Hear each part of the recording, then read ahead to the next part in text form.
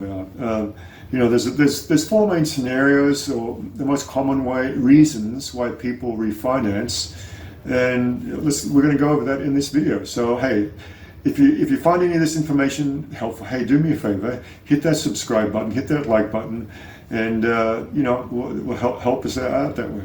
Okay, so let's get into refinancing. The most obvious one and common one that people are familiar with is you're going to refinance to get maybe a better mortgage payment. So you got high interest rates. So right now, it's 2023 and interest rates are really high because of the Fed has been raising interest rates over the last year to combat inflation. So this would be a scenario down the road a little ways. Let's say, another 6 months or 12 months, hopefully interest rates are going to drop. When that happens, you're going to find a lot of people refinancing because right now, say people are buying a home and they're getting a high interest rate, 7% or something like that, maybe a little bit more. And you don't want to obviously keep that interest rate that high on your mortgage because it makes your mortgage payment a lot more than it would be if you were financing at 5%, 4% or even less. So down the road, that's the most obvious number one reason people think of refinancing is mostly to do with getting a lower interest rate and reducing your monthly mortgage payment. And that is pretty much probably the number one reason why people do refinance. However, there's three other refinancing reasons or options that people take, and they're worth mentioning too. So, another one could be what you call a cash out refinance. And this is interesting. Let's say you just, for argument's sake, you had a $500,000 mortgage and you wanted to, cash out, say $100,000. Let's say, you've paid a couple $100,000 off on that mortgage. You only owe $300,000 on the home, but you actually take out a loan, for $400,000, and you use $100,000 of that loan for yourself. So now you've got $100,000 cash, and you can do with that whatever you want. Essentially, it's yours to use as you see fit.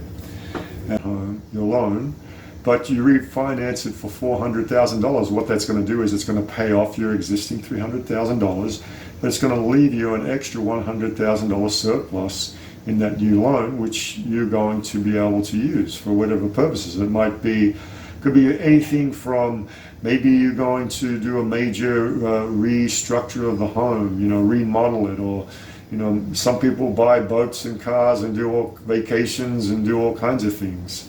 But that's a cash out refinance. So people often do that. That's a second, one of the second main reasons people will refinance their mortgage. And then another one, that reason that people will refinance is, it's similar to that one, but another one is when people really have a lot of debt. Maybe have student loans to pay off some medical bills, a number of things, that they're struggling to pay off. Maybe it's not $100,000, maybe it's just $50,000, or who knows, if it is student loans, it could be $100,000 or something like that. And people will refinance in order to pay off all their loans, pay off all their debts. So that's another common reason that people will refinance. And in that case, you can even refinance the loan structure so that you don't actually get any of the money. What happens is when the loan is approved, that loan is paid directly towards all the debts that you owe, and they're all paid off. So it kind of takes it out of your hands in terms of, you're trying to pay your debts off, and you don't want to be tempted by having all that money maybe in your hands and use it for something else. So that's a third common way that people use refinancing, in their lives. And another one, which is a really good idea too, is goes around the idea of private mortgage insurance. And those things are the PMI, the private mortgage insurance, involves is if you're putting less than 20% down on your home, then you're required to take out mortgage insurance for the lender. And basically what the mortgage is saying, the mortgage insurance is saying, hey, I intend to pay this loan back, but if for some reason I don't, there's an insurance policy that makes sure the lender will, get their money back. And of course, what PMI does, it adds extra money on top of your monthly mortgage payment. So now your monthly mortgage payment is more, because in addition to your mortgage payment, paying your taxes, paying your homeowner's insurance, now you're also paying PMI, private mortgage insurance. So, when you get to around 22% equity in your home, you can have that removed.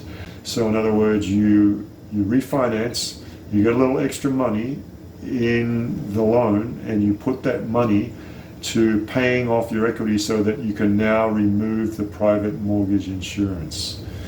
So that's another use that people often use refinancing for, is so they can get rid of their private mortgage insurance. So, I hope that's been helpful, just in understanding, what's refinancing. Maybe, you don't really know what it's about. You have a mortgage. Here's an interesting thing just to think about. The vast majority of people who get mortgages end up refinancing within about 8 years of their mortgage. So it is a common thing to do. And so that's just a little heads up of, the process. And just something else to say is that if you decide to go through that process yourself, you're actually kind of going through the whole loan approval process like you did the first time, in terms of, you're going to have to fill out a loan application and provide all your income and tax returns and all the same kind of information that you're required to get your first loan. Is you're going to go through the whole process again. Then you get approved, and then it's all good to go. All right, well, I hope that was helpful, just talking a little bit about refinancing. Hey, do me a favor, hit the like button, hit the subscribe button to stay tuned for more videos, and I look forward to seeing you in the next one.